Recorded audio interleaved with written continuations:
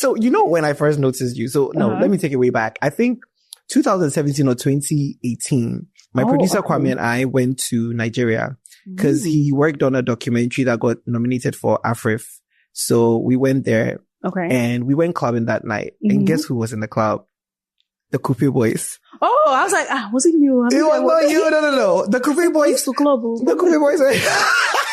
Yeah, so we kind of like walked into this situation. Really? Yes. Were you part of the ones that purchased the ticket for their tour? Listen, Beverly, there was no ticket sold to us. We went to the club. These guys came in and they were standing on some counter. So they were doing the dance.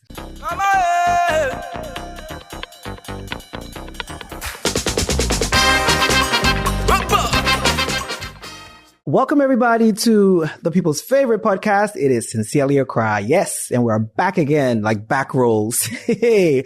Anyway, guys, my name is Joseph Nti, the host of the podcast. I want to give a quick shout out to my co-creator and producer, Mr. Kwame Asante Ofori. Yes. 8 years strong. We've been doing this. I also want to give a quick shout out to the Gold Coast Report, the #1 podcast hosting network in the whole Ghana. Exactly. All right. Look, today we have a multidisciplinarian, talented. I thought she was just a content creator until I looked it up, and she's a creative, she's a comedian, she's a professional color stylist. She even had hair tutorials classes online. She's an MC, okay? Social media influence in Crown. I don't even see that is like the top of what she does, because like she's everything. You can simply call her an international slay mama. Yes. Today we have Beverly Adaeze. Oh, thank you. Yeah, I'm a dog walker too. You're a dog walker? Yes. Where? I used to walk my dog, so add that to my resume. Just your dog. Nah, that one's no pass. Oh my God, the surname right now. Yes, Adaeze. Adaeze. Yes. And people think Adaeze is actually my last name. It's actually my first name. Oh, really? Yeah. So it go Adaeze Beverly. Adaeze Beverly. It wasn't until I got to the States that my parents switched it. And I kind of wish it never did. So when I go to Nigeria, nobody calls me Beverly. Oh, they're okay. Adaeze. Yeah. Even when my parents say Beverly is weird. And the new one say, right, they're like, my daughter, Beverly. And I'm just like, please. Oh, they have the accent. Yes. So I was like, just say Adaeze. It's okay. But yes. What does Adaeze mean? Adaeze means the first daughter of a king. Oh, so you're a firstborn? Yes. Oh my God. Firstborn daughters. Okay, look, I know you are a bona fide plantain lover. I know. So you have to pick soft plantain, hard plantain. Which one? I'm hard plantain. I think soft plantain is disgusting. My friend Anissa thinks the same thing. Now how hard? Like, like firm, Green, is it green? No. That's not right. It has to be right, but it's like firm. When you fry it, it started the body's, but when the soft one is like mushy. When it just picks up too much oil. Yeah. Okay, then okay. Yeah. The hard one is okay. Yeah. It's okay. Yeah. Really? Because I'm trying to watch my waist. That's it. Because it picks up too much oil and it's too sweet. Yeah. But I feel like if we can get right in the middle, that's right like that's my sweet spot. Yeah. No, me, I like the firm one. Then you cut it diagonally, so it's kind of like a, tip. Sometimes it's okay. I like it on the softer side, but because of my waist and my back, I say let me move towards So that doesn't get too much oil. It cannot. No, it cannot. I love it in every form. I actually had eto. Yes, for the first time. Okay.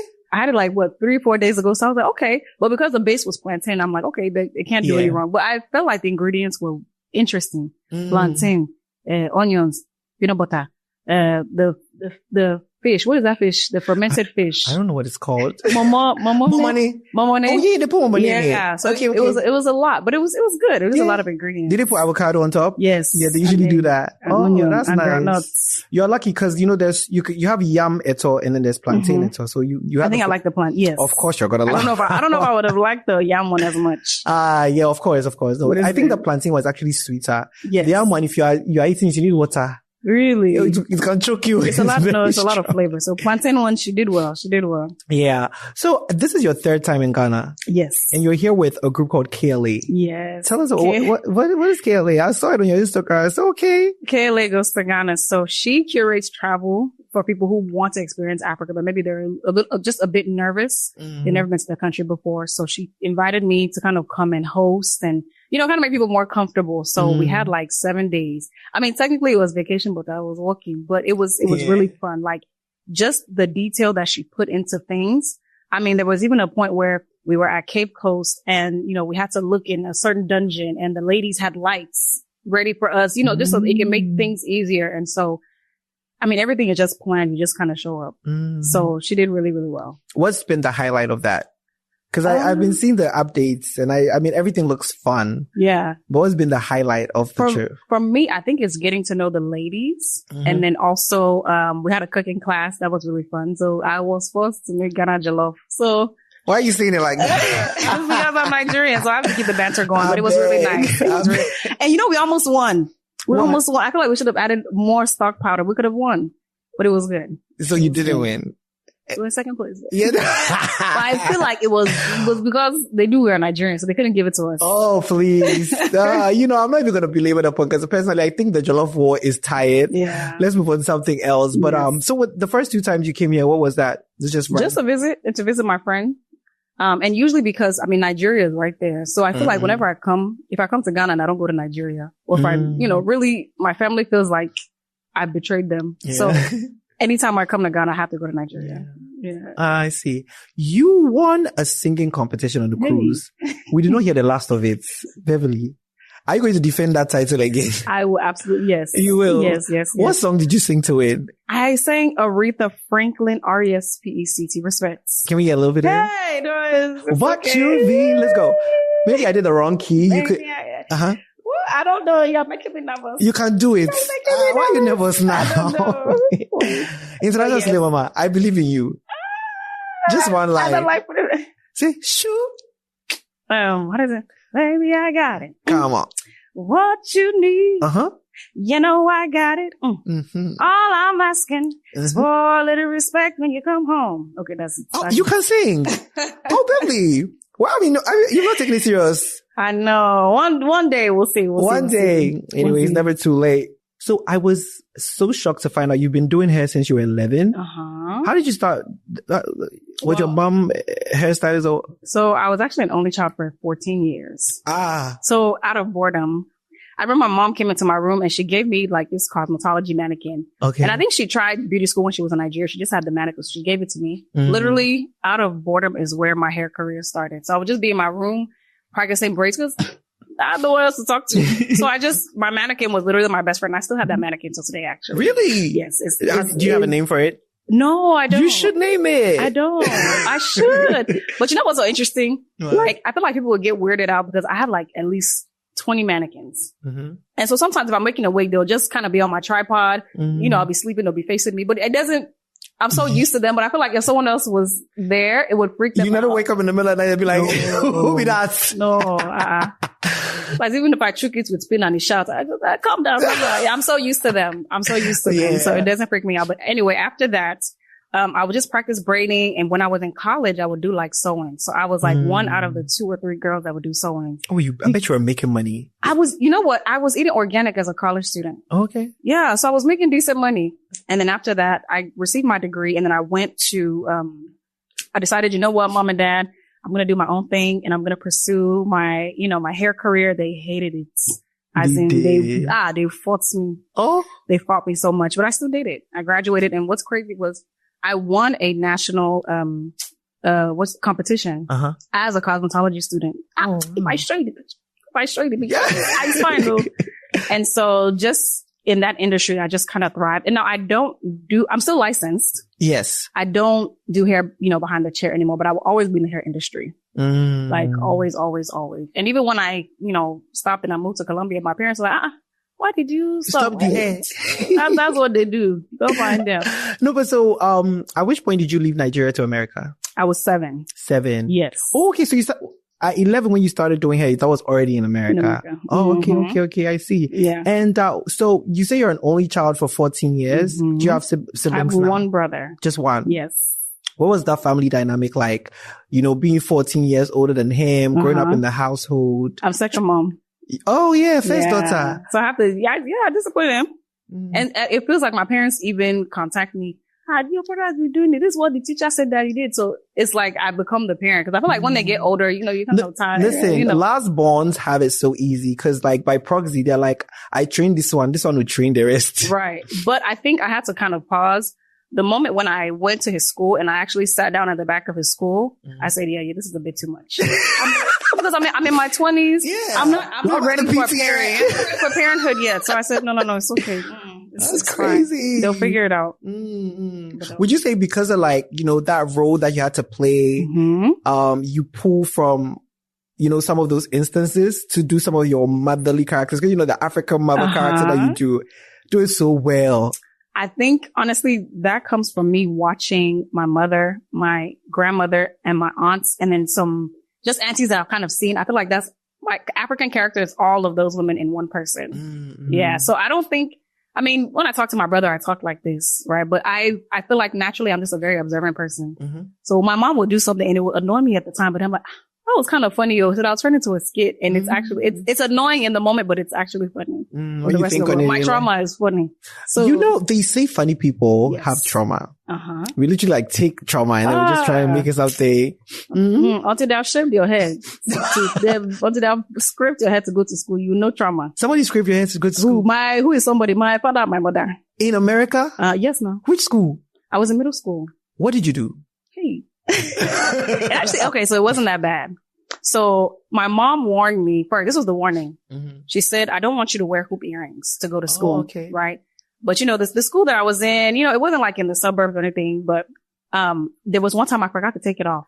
Oh. And she caught me. So she told me the warning was she was going to take my eyebrows. So she did. She stood by her word. She took my eyebrows. She shaved your eyebrows. That was the warning. But this is the thing, because I had like Mexican friends, I was like, okay, well, they'll just teach me how to, yeah. So every day when I would go to school, I would go to the bathroom and just like draw my eyebrows. Then the next one was, I had this teacher. If she's still alive today, I know that she's a witch. Miss Briggs. Miss Briggs and I, water and oil. So, at that time I had contacts, right? They were prescribed contacts, but they were colored. So I would do things in class. What color? I had brown and hazel, and sometimes it was a little ratchet, but I would put one brown and one hazel. Oh my God. So I would just be in class, the English class, and the audio would be reading the book. And I just, like looking at myself, looking at the contacts. And so Miss Briggs, one time she was like, she called my mom and she was just like, your daughter, she's misbehaving in my class, and there's a boy that's dropping her off. I had a boyfriend for 1 week. And all he did was walk into my class. But once she heard that, so my mom came to school. That was the first and the last time my mom came to school. She comes to school. Miss Briggs is, the whole PTA meeting and everything. Miss Briggs is like, yeah, Beverly's, she's not being respectful, this and this and that. So I'm also okay. She picks me up late. So she go home, picks me up later on that day. Very good. It was in October. Maybe it was even October this month. That's why the memory is coming back. But she picks me up. And she doesn't say anything to me. That's the worst. We drive to this, it's like a salon, one of those Chinese salons. I remember because, you see that sign where's the scissors open and close? Yeah. Okay. But I wasn't thinking anything of it because I'm like, her hair is already done, but okay, maybe she's just coming for like a touch up. Okay, that's fine. I'm like, in my mind, I'm like, okay, whatever. She's going to discipline me when we get home. It's cool. So we walk into this place. My mom hasn't talked. She hasn't said, Pim, one word. We walk into this place. And she sits me down in the chair and she looks at the Chinese lady. She said, you see this her hair? I want you to cut it. I said, no. The Chinese woman was even begging her. She was like, no, like, I'll cut it just a little short. Bit. She behaved. My mom took the scissors from this woman's hand. I ran. Yes. And the thing was, my mom is shorter than me. I'm not going to fight my mom, obviously. But, I was like, I ran to one chair. I was just kind of restraining her. She says, if you don't get this thing cut here, when we go back home, we're scraping everything off. So we go back home. And at this time, I had a girl that was like my big sister. And I'm calling her. She wasn't picking up. So I'm like, oh my goodness. And I'm thinking, okay, maybe when my dad comes, he'll join in and, talk some sense into her. Like, come on, see. You know how in wrestling, one day tag team. Oh, wow. That's how my parents, in fact, my mother was even I was laid on the ground. She was on my back. She was sitting on your back and screaming. I had a knee on my back. It's actually like, oh my God. I called police because it was like. What did they say when you went to school the next day? Okay, so let me finish. Okay, I just remembered my dad was, I don't know, somebody had scissors and all I just remember was just seeing my hair just in front of me. And then my dad, he felt bad, but he knew, it wasn't going to go against his wife. So after that, he took me into the bathroom and just turned on his clippers. You know, he was trying to give me some fix it up. You know, I said, just about this thing. So I go to school the next day and I took a durag, not like a male durag, but you know, in India, I read. Oh, that. Yeah. Yes. I snuck one in my backpack. Mm-hmm. And so we get there. I got there super early because my mom took me to tutorials. Right. So I go to the vice principal and I was just like, you know, please, like, can I put it on? She sends me to the nurse just so that the nurse can check my scalp and everything, make sure that there's no, you know, the nurse was like, you know, baby, do you want me to call CPS? I said, no, CPS Child Protective Services. I said, no, before she cut my ear, please. Okay. So they give me a permit to wear this durag. I think it was like for 3 months. Look, I don't think it had a time on it, but, I think I stopped wearing it after 3 months because it was enough to do microbraids. When I tell you, me, that used to be walking late to class because, you know, I had this cute boo. The way I would walk to class and I'll be holding my durag like this because the guy that I was dating, he had some girls who liked him. You know, they were from New Orleans. So they can like snatch? You know, they were big. You know, they were like, you know. Security heavy. And so I'm like, I'm a small frame girl. So I say, my enemies are big. So I just made sure, like, I'll walk to class and just hold it just in case anybody. Nobody can snatch it off your head. Exactly. Yeah. Or if they did, at least I would have, you know. So, oh my God. Yeah. That's where the comedy comes from. Hey, my goodness. African parents. Anyway, so I know you were a part of the, like the African Students Society, and that's where you kind of started skit making. Yes. What inspirations were you drawing from? You know, because for me, when I was growing up, Papa Jasko was big on TV here. Right? Papa Jasko. We also had our local stuff that we used to watch. I'm saying Papa Jasko because you're Nigerian. I don't know if you used to watch Super Story and Papa Jasko. I know. I've heard of I think I was so young though. Oh. But I know Super Story. Okay. Yes. So what were you like? I mean, you said you got interested in doing skits for, you know, plays and stuff. Where were you drawing inspiration from?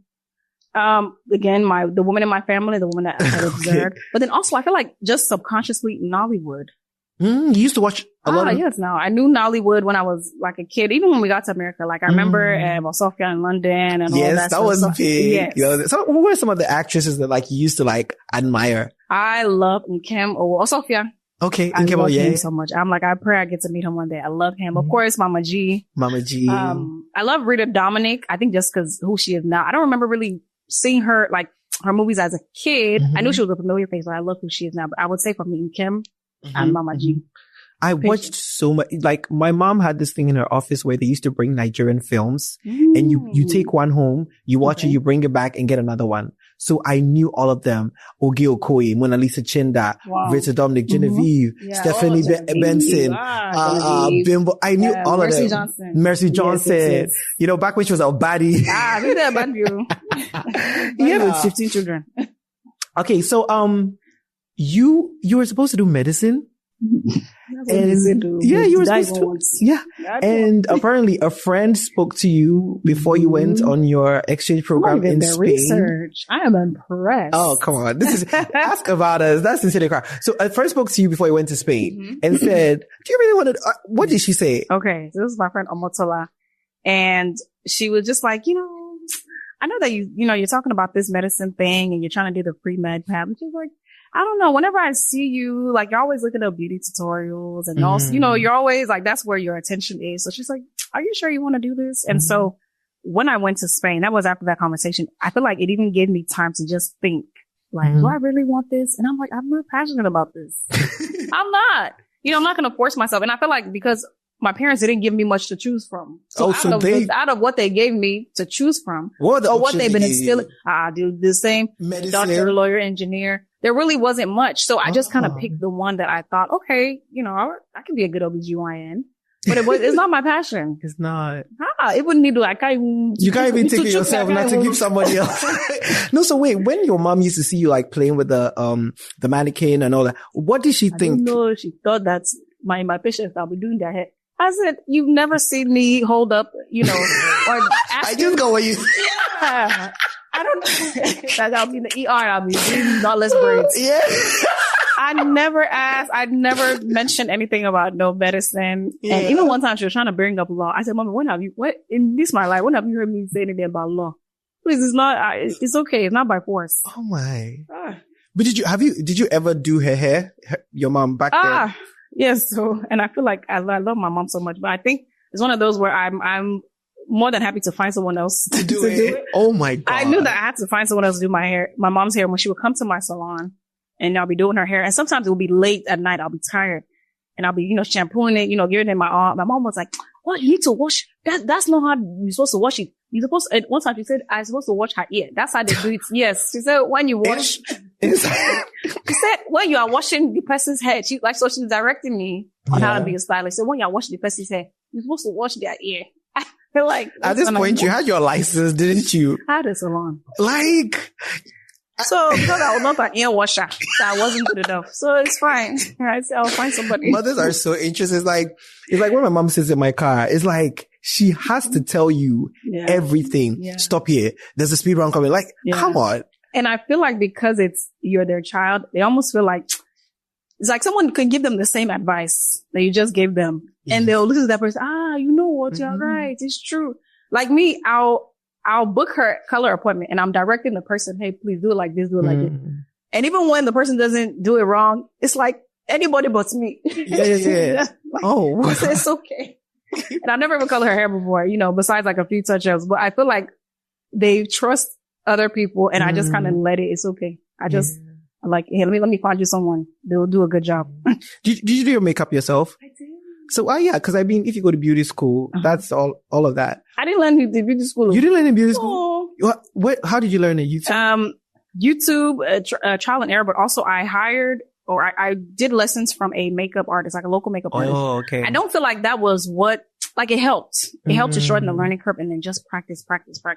So I'm still practicing. But I feel like when I do my makeup, and when I see it like in pictures, it doesn't come out to like the IG body. So I've just accepted that. No, it's really good. Okay. No, I like it. I like it. But how the IG bodies, their makeup be, They add filters. Okay. Beverly. They face tune. That's what they are doing.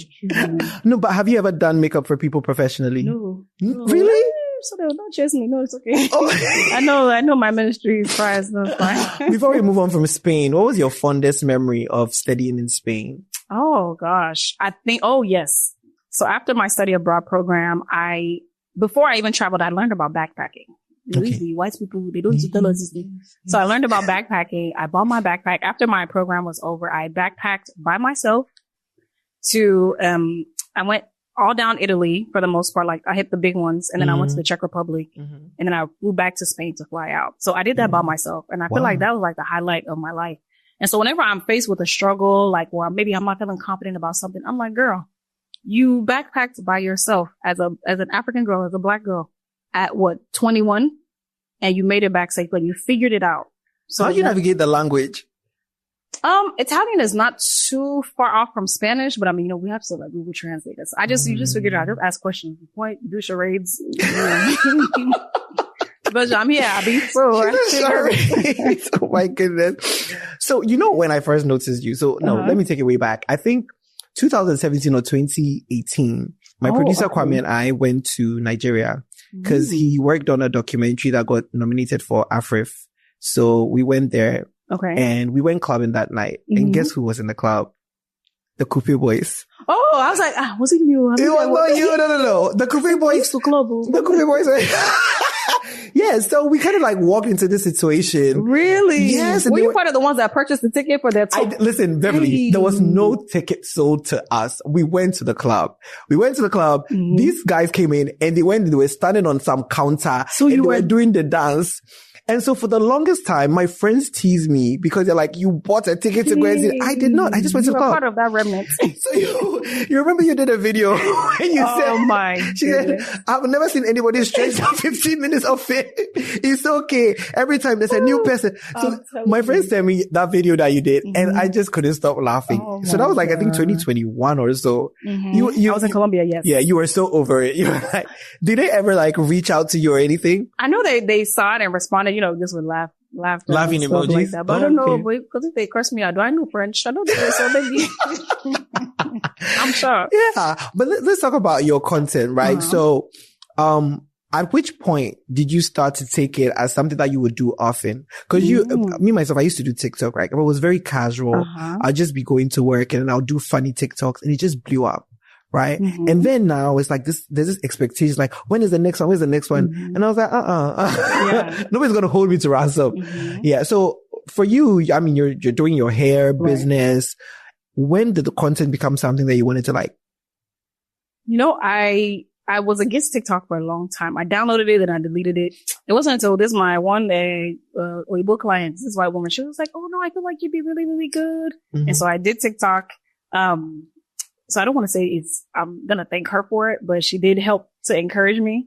And really the pandemic, because when we had that like 6-7 weeks to like no one could work, I was able to just crank out all this content. And I think I had time to rest. And so my mind was just creative. And I think I was actually really amazed by how, when I'm not like stressed on all over the place, how creative I am. And so, yeah, it just took off. Yeah.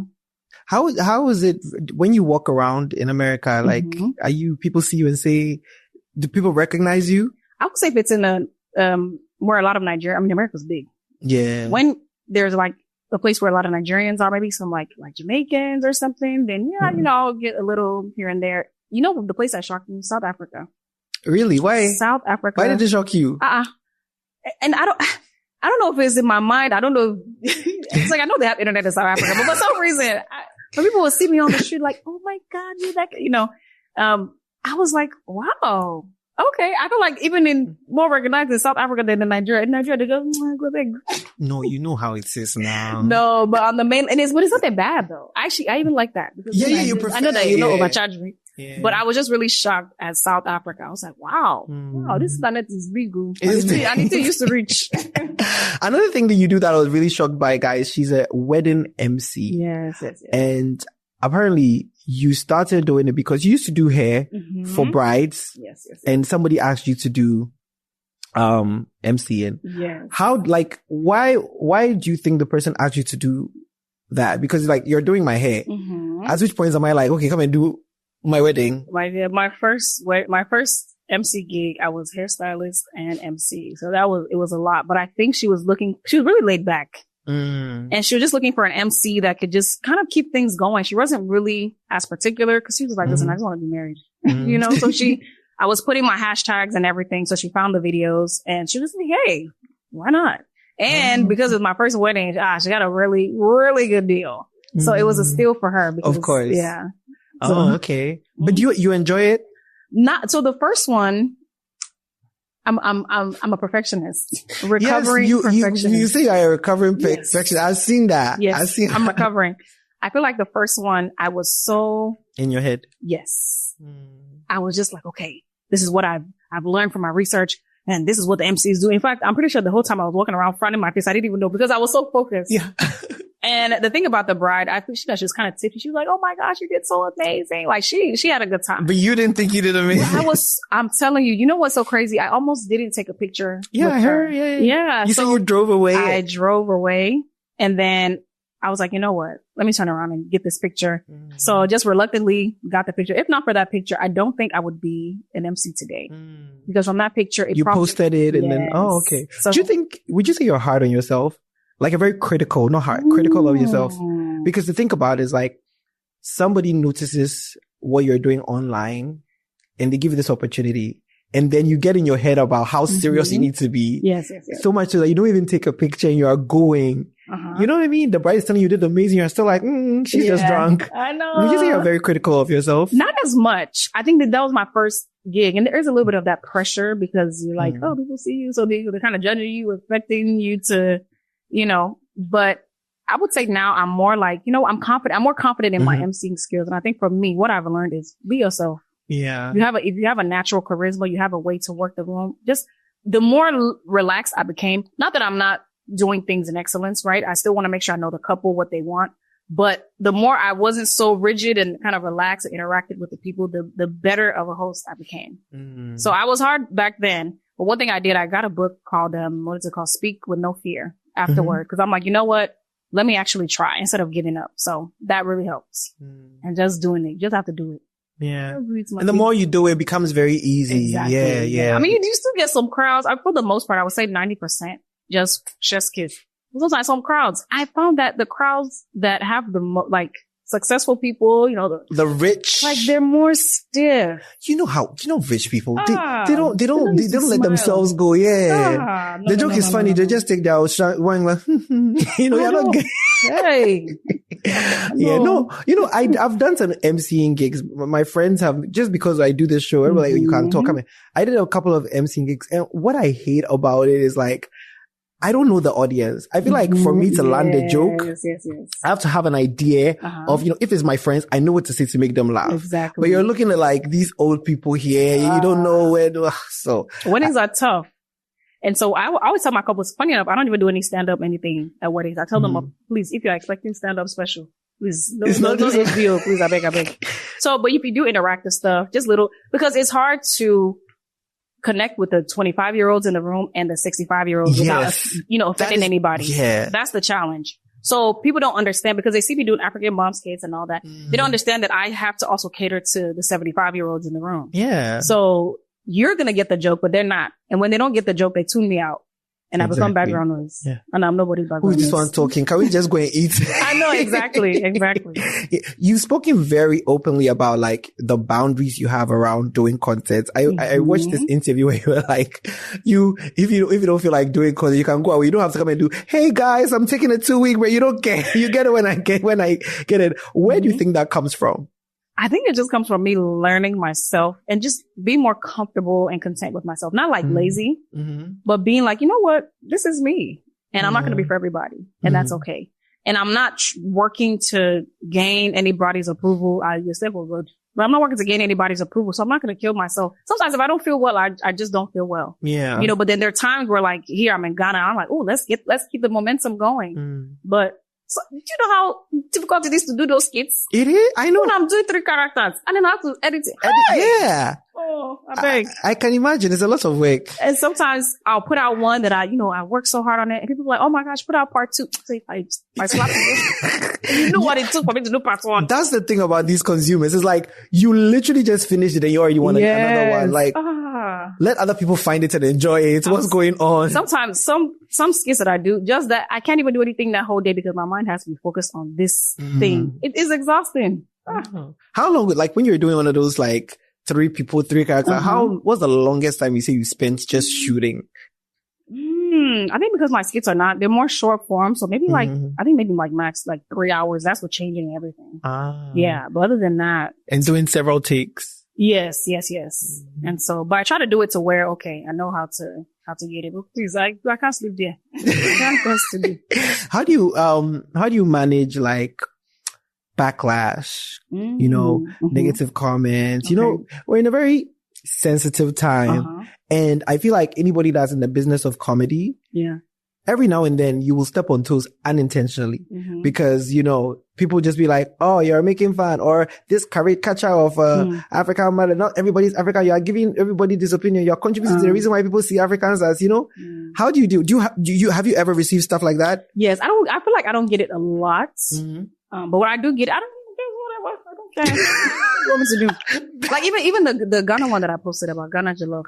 Like I feel like an intelligent person will understand, you know, the joke. You have some people who's like, that's why you're not welcome here. And I say, oh, what I'm here now. Oh, you're here. I'm here. Yeah. Who's going to kick you out? You know, and so I just have to understand that some people are just, I can't hang around with people that are easily offended by everything. I think what do they say? Easily offended, never ashamed. And that's the society that we live in. Okay. Like we're just offended by everything. I mean, okay, well, I guess that's a great way to go about it, is not to like lock into like all of these, because then it's even demoralizing. It's like sometimes you're like, it's funny. You can have like 1,000 comments that are like loving you. And then one of them says something negative, and that's the one that like resonates with you. I block them. So if it's, let's say an opinion that's just an opposing opinion, I'll leave it there. If it's disrespect, I block. You block? Yeah. Oh, okay. I don't tolerate that nonsense. You don't like my, let me help you. Why are you on the page if you don't like, you know what I mean? Exactly. Yeah. So what kind of ecosystem have you built around this content thing? I'm wondering, do you have a manager? Do you have an assistant, or is it just all you? Oh my gosh. Me and my assistant are locked in. Oh, now, do you have an assistant? Yes. Okay. Yes. So it's so funny because I feel like whenever she's responding to emails, people actually think it's me pretending to be an assistant. Cause I mean, I've heard people do that. A lot of people do that. The Oddity, Sophie, she was here. She did that. We have, I think 2 other musicians I've interviewed in the beginning of their career. They did that. Yeah. And it's weird because we're not based in the same state. So sometimes when a company wants to get on a call and they're like, oh, like, where's Gail? I'm like, oh, well, Gail is offline. So it sounds like I'm lying, but she's actually a real person. I have to tell people like, no, guys, this is her. She's real. Manager, no, I'm still looking for a good manager. There's one that I thought about using, but my spirit is like, it's not agree with this man. No. So what are you looking for in a manager? Like, what should your manager be able to do for you? Okay. Someone who understands my personality and they know who to put me in front of, that a company that will appreciate personality. And then also someone that's not going to pressure me just to do something because they want the commission. That's really it. True. Yeah. Because they will put like, sometimes a manager would like just sell you to any kind of brand because of like the paycheck. Exactly. But if it doesn't resonate with like what you stand for, what your online persona is, then it becomes even forced. Yeah. And I don't want that. Yeah. And I know, and they also have to understand the vision too. So I don't know. I mean, I'm the kind of person, once I am with you, I like to stick with you, but I'm okay with firing people as well. I don't mind. You don't mind. Yeah. What do you think about collaborations?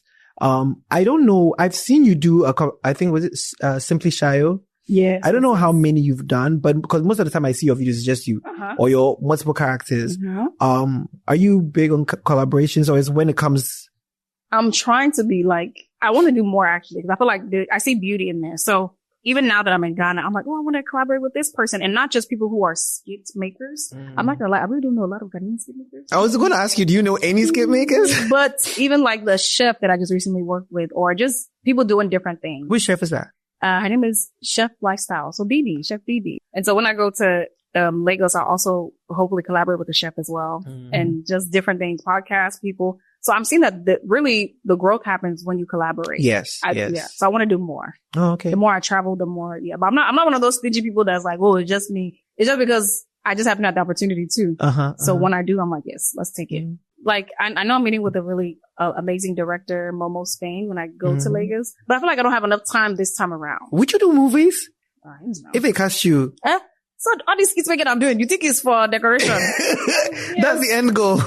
Yes, ideally, I would love to like kind of dive into that world. Yes. So I can see you doing that. Yeah. All right. So I've been watching your YouTube channel, and I really like the topics that you talk about and everything. So I've picked 3 of them. Okay. And we're going to give you 60 seconds. Can somebody time her? For each topic, I want you to share your opinion on it in 60 seconds. Okay. Are you ready? For each topic. For each topic. Okay. I picked 3 out of the ones that you've done. The ones that I personally have opinions. Yeah. So when the timer is ready, y'all. Okay. Denzel, 60 seconds. You ready? All right. So the first one is sending money back home. I knew that was going to be your first one. Black tax. Yes. Are you ready? All right. 3, 2, 1, go. Okay. So I think that there is beauty in giving. I don't believe in being a stingy person.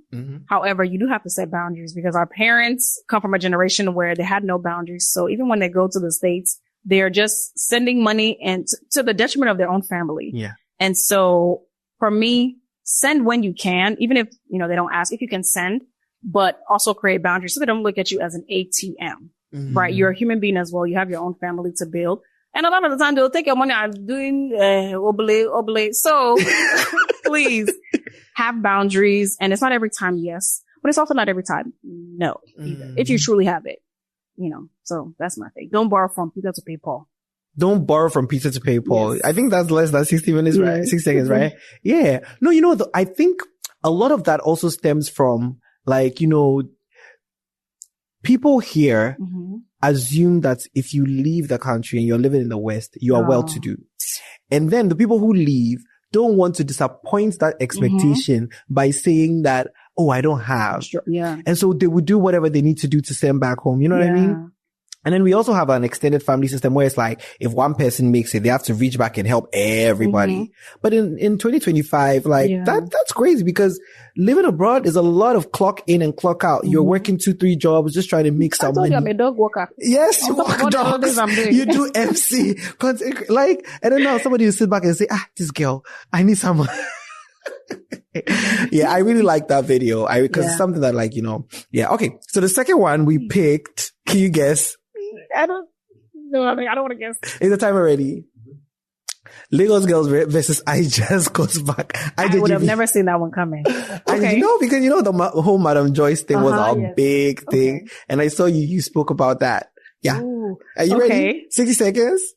Go. Okay. So, I feel like naturally as women, we don't want to admit it, but there's just like competitive nature, right? And so when the UK girls go back, because you really hear it more for the UK girls than the American girls, but I'm sure it happens as well. Yeah. When they go back, sometimes people can be kind of obnoxious, right? But sometimes, I do feel like the Lakers girls feel they feel some type of way. Let's not lie about that.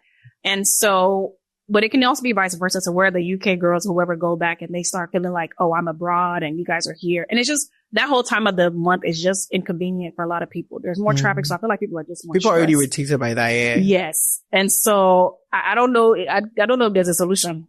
I don't know. But, yeah.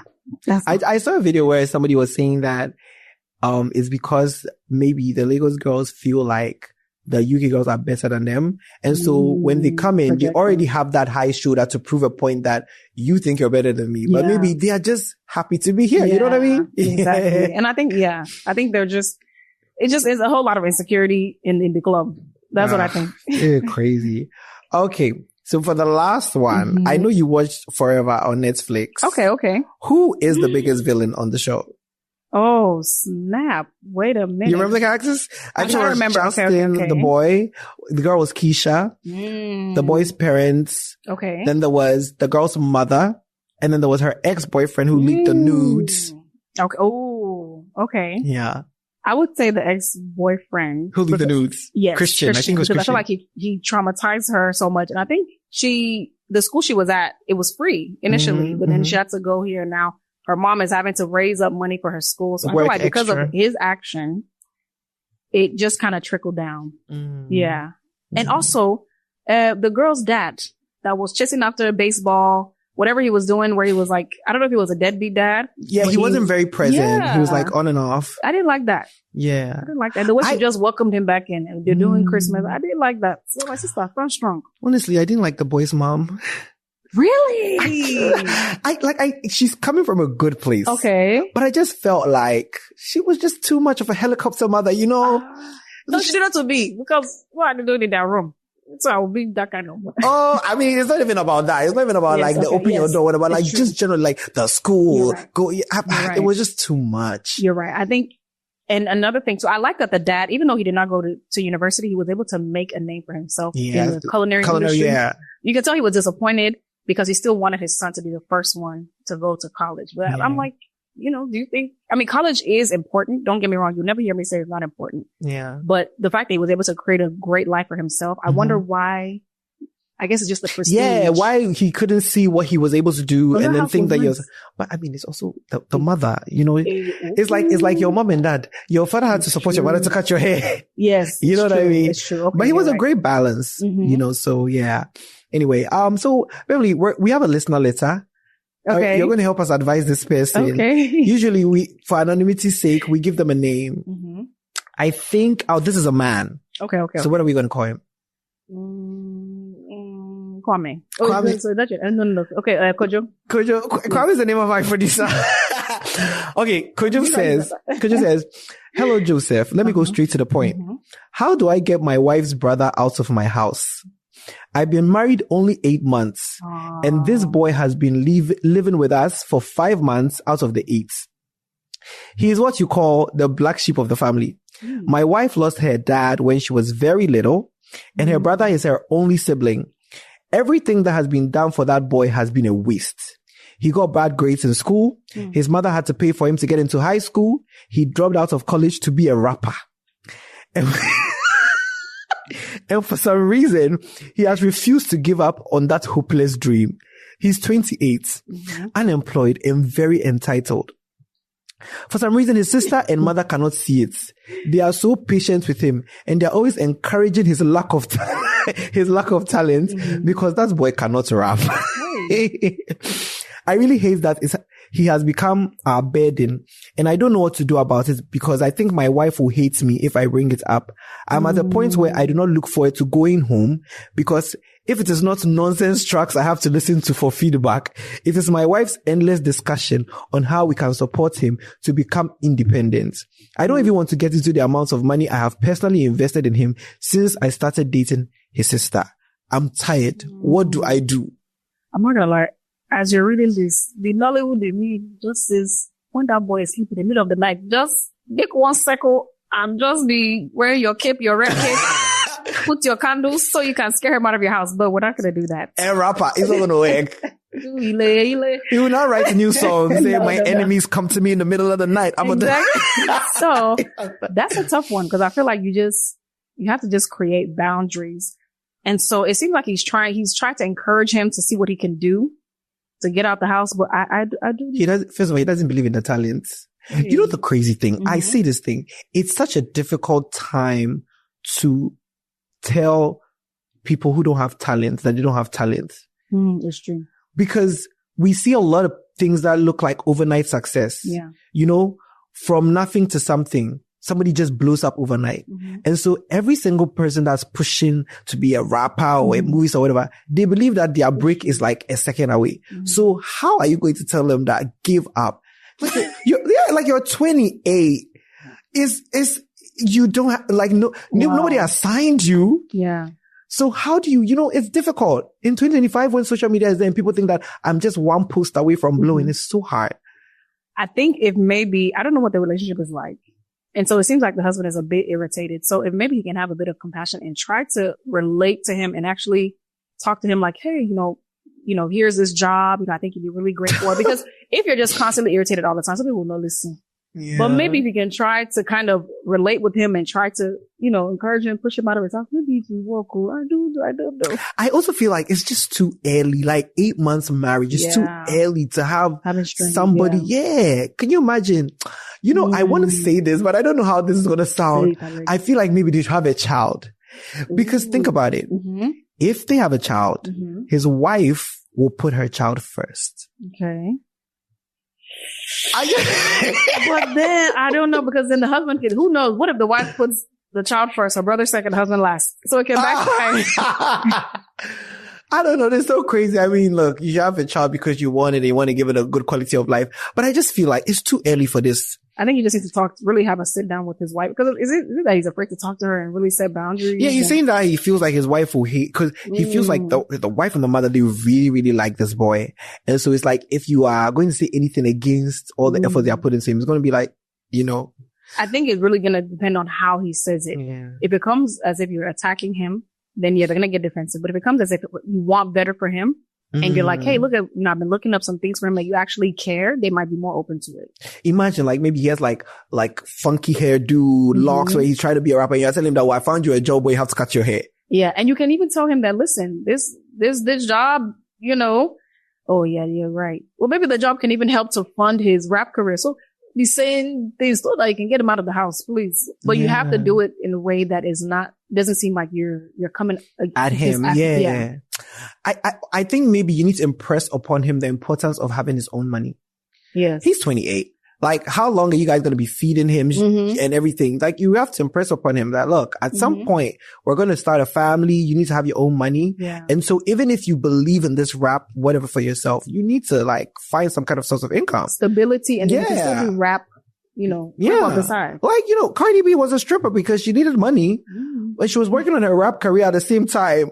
Yeah. She was doing something for money, and then she invested the money in her rap career. Yeah. So what are you doing on the side? No, it's true. It's true. Yeah, because I don't know. So how is he? How is he? He can't be dating. You will be shocked. Are you serious? I don't know, because he has somewhere to sleep. He has somewhere to eat. His mother and his sister are taking care of him. All he has to do is write these raps that don't hit. Maybe you can say, these girls, I don't even encourage these, but the girls, I'm sure they'll, have a bachelor pad and just push the man out of your house, please. Me, I also feel like time will tell. Cause look, once your sister actually, if they start a family, their children and stuff like that, I just feel like I think the kid will help. It will, yeah. But I don't know, just find a way to include their mother in that conversation, because, why can't you live with the mother? Isn't the mother living with them? It doesn't seem... Okay, that's not really clear. Because that's a lot. But I feel like you're right. when they have a kid, the mom will understand that, listen, kids are not cheap. Yeah. And so all this money that we're spending, this man is not giving back to us. He's not pouring into this house. We needed to take care of this child and to invest in this child. So maybe you're actually right.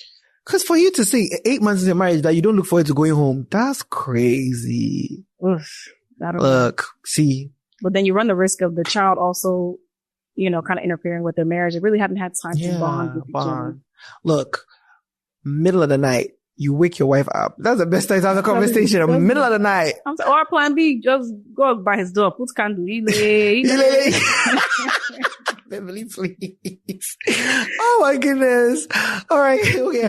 We're wrapping up on this. My last question to you is, actually not my last question. Is there anything you're working on that you want to promote before I ask my last question? What am I working on, sir? I think they just find me on all my socials. I do have something that'll be coming out in the works, but this will be like next year. So just stay locked in so that you won't be on the bandwagon when something actually happens. Stay following. Don't annoy her in the comments, because if she blocks you, you'll not see it. I feel like I'm pretty lenient though. In some comments I leave. I'm not one of those uptight people. So I don't mind. I see. Yeah. So I ask everybody this: what is one thing you want people to understand about who you are? And I ask this because, as Africans, we fall into this thing where everybody sees us as a monolith of where we come from. Okay. So, hey, you're Nigerian. This is how but like, we're growing in a global village. Okay. Our influences are many. We are all not going to be Mama Nkechi, or all not going to be, so what do you want people to understand about who you are? I love that you said that, even the whole Mama Nkechi part. I think for me, one thing about me, I don't like being put in a box. If there's anything that, hey, don't put me in a box. And so even with the content that I do and that I enjoy doing, please, I cannot African mom myself to bits. And some people, they want you to, that's all they want to see. Yeah. Right. And so, but thankfully I don't do things for what people want to see. Like, it's good to take into consideration those things, but I do things because I get joy out of it, right? Right. And I also don't want to just be boxed into, oh, she's only funny what you do, does African mom, right? So that's kind of why I'm branching out into doing stuff that I don't use my African accent at all. It's not even catered to the African audience, but it's still funny, because again, once you put yourself in that African auntie box, I feel like you get tired of it. Like, I have a friend who, she does skits and she's like, oh my gosh, I'm kind of tired of doing skits. I want to do something else. And I'm just like, then do it. Like, when people see, they're even going to call you by your character. Yeah. It's true. It's just. But then also realizing, please, I don't always want to show up as I'm auntie on camera. I'm a young lady. I'm not an auntie yet. It's just a character. So for me, it's important to show different sides. And so when I was talking to the friend, I think she admitted that she's addicted to virality. And she knows that when she does certain skits, it's going to go viral, which is fine. But I'm like, you just can't put yourself in prison like that. This viral on Instagram, he's not paying you.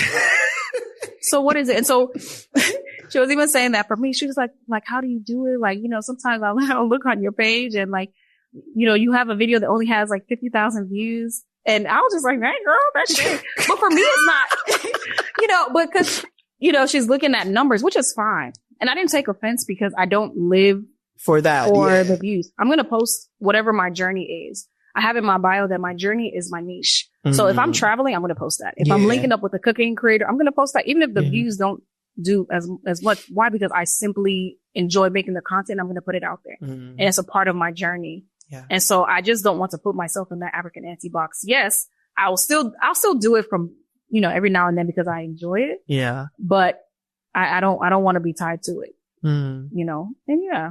I'm multifaceted. Yeah. Because when you go on your page, you see different, you see African auntie, you see travel lifestyle, then you see fashion. I see sometimes you put on the, so it's very, and then your YouTube is like very different. Exactly. So I love it.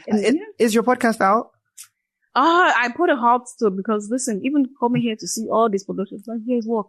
It's work. This one is 8 years in the making. Right. Yeah. And so I said, please let me focus on the one that's, the YouTube one is okay. Yeah. It's okay. And I'll be a guest on other people's podcast. It's fine. Well, thank you so much for coming on. Look, she reached out, guys. She sent us a DM, said, hey. So thank you so much for coming on our show. Yes. All right, Beverly. Stick and Stay will be back to do shout outs.